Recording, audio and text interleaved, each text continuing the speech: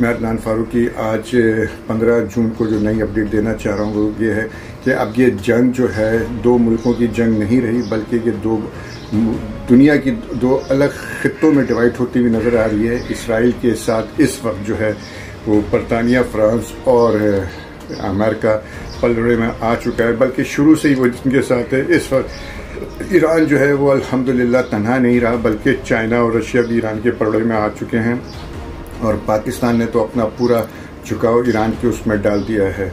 Israel को जो सबसे बड़ा झटका लगा है वो उसको सिर्फ इस बात का लगा है कि इसराइल जो ये समझ रहा था कि उसने एटमी तंसीबात या न्यूक्लियर जो है पावर प्लांट तबाह कर दिया है, वो उसमें बुरी तरह नाकाम हुआ है। ना ही ईरान को वो कोई नुकसान ना दे सका, ईरान की मिसाइल्स उसी तरह सेफ हैं। दूसरी बात यह है कि उसको सबसे बड़ी हैरत ये हुई है कि हमने जिस तरह अटैक करा था और जिस शिद्दत से अटैक करा था, आज ईरान जो है उसको उसी शिद्दत के साथ रिटेलिएट कर रहा है और इतना ज़ख़ीरा उसके पास आया कहाँ से है। तो आपको ये बात मैं वाज़े तौर पे बोल दूँ कि ईरान को ठीक ठाक नुकसान पहुँचा है, बट ये कि पीछे से ईरान के चाइना और रशिया ने ना सिर्फ मॉरल सपोर्ट करी है, बल्कि उनको इक्विपमेंटली तौर पे मिसाइल्स वगैरह भी प्रोवाइड करें। पाकिस्तान भी मुकम्मल ईरान के साथ खड़ा हो चुका है। पाकिस्तान के मैंने आपको पहले भी कहा था कि पायलट और कुछ जनरल्स ईरान पहुंच चुके हैं, और जो कि एक बात कही गई है कि इसराइल के अंदर एक जहाज़ आया था और वो बम्बार्डमेंट करके चला गया, तो ये भी आपको बता दिया जाए कि ये वो जहाज़ तो चाइना का था और पायलट पाकिस्तान के थे, जो कि इसराइल को जो है तिनकी का नाच नकार कर चले गए हैं। दूसरी बात यह है कि इसराइल ने जो जिस तरह तबाही मचाई थी उनके एयरफील्ड पे हमला करा है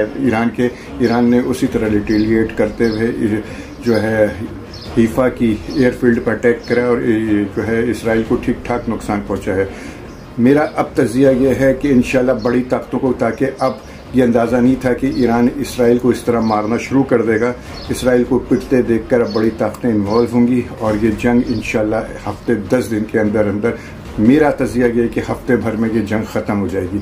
और पाकिस्तान का एक ख़ास स्टेटमेंट की पूरी अल जज़ीरा ने बड़ी नुमायां तौर पे लगाया है कि मुस्लिम दुनिया को चाहिए कि वो इत्तेहाद कर लें। अगर वो इस तरह इत्तेहाद में नहीं आते हैं, इत्तेहाद नहीं करते हैं, तो एक एक करके सबकी बारी आएगी।